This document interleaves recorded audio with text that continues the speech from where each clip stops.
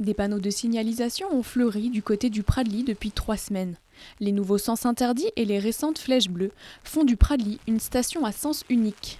Entre le rétrécissement des routes dû à la neige et les véhicules stationnés sur les bas-côtés, le Pradly était vite engorgé. Ça a un intérêt tout particulier, les jours de chassés-croisés, les jours de grande neige. On a eu quelques mauvaises expériences l'année dernière avec des bus coincés, avec des gens sans chaîne, pas équipés. Et donc la mise en place de ce sens de circulation unique où on passe d'abord dans le centre du Pradly pour ensuite découvrir d'autres secteurs permet vraiment de faciliter l'accès au Pradly. C'est la première année où le sens de circulation est modifié. Les automobilistes n'ont donc pas l'habitude.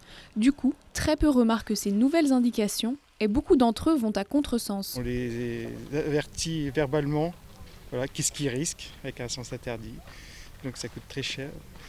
Donc ils comprennent tout de suite et ils disent bon, on ne refera pas. Non, ils le prennent bien et du coup, comme la boucle elle n'est pas grande, donc je leur dis vous faites 1 kilomètre, hein, vous prenez la route normale et puis voilà.